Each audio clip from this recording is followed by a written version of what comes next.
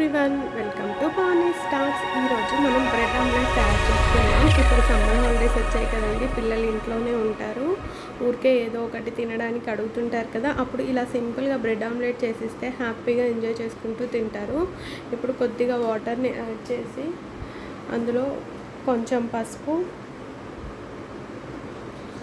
కారం, salt add చేసుకొని వీటిని మంచిగా మిక్స్ చేసుకోవాలి. మిక్స్ చేసుకొని ఇప్పుడు ఒక 3 ఎగ్స్ తీసుకున్నానండి నేను. 3 ఎగ్స్ తీసుకొని బాగా మిక్స్ చేసుకోవాలి. మనం ఎంత బాగా మిక్స్ చేసుకుంటే ఆమ్లెట్ మనకి అంత ఫ్లఫీగా అంత బాగా వస్తుందన్నమాట. బ్రెడ్ ఆమ్లెట్ చాలా సింపుల్గా ప్రిపేర్ చేసుకోవచ్చు, చాలా టేస్టీగా ఉంటుంది. ఇంకా అంటే పిల్లలకి కాకుండా పెద్దవాళ్ళకైతే ఇందులో ఆనియన్, పచ్చిమిర్చి, కరివేపాకు, కొత్తిమీర అవన్నీ వేసుకుంటే ఇంకా బాగుంటుందండి. కానీ పిల్లలు అవన్నీ వేరు పెడతారు కదా, అవన్నీ తినరు. అందుకని ఇలా ఇప్పుడు ముందుగా మనము బ్రెడ్ని అటు 2 వైపులు కాల్చుకుందాం అన్నమాట.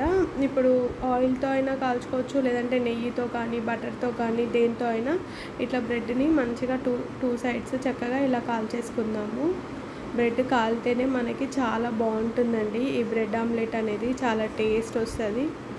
బ్రెడ్స్ అన్నీ ఒకదాని తర్వాత ఒకటి అన్నీ కాల్చి మనం పక్కన పెట్టేసుకోవాలన్నమాట. కొంచెం టైం పడుతుంది కానీ చక్కగా కాలిపోతాయి.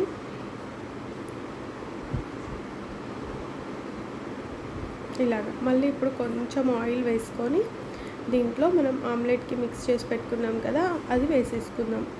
ఆమ్లెట్ వేసేసుకుందాం ముందుగా. వేసేసి ఇప్పుడు బ్రెడ్ని ఇందులో పెట్టేసి మళ్ళీ కొద్దిగా ఆయిల్ని వేసేసి ఇప్పుడు ఆమ్లెట్కి వేసేసుకొని, ఆ క్లిప్ మిస్ అయిందండి అందుకని మళ్ళీ పెట్టాను.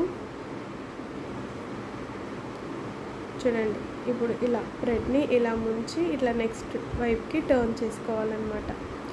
చాలా బాగా వస్తుందండి, చాలా టేస్టీగా ఉంటుంది, చాలా సింపుల్గా ప్రిపేర్ చేసేసుకోవచ్చు. 2 సైడ్స్ ఇలా చక్కగా కాల్చుకోవాలి.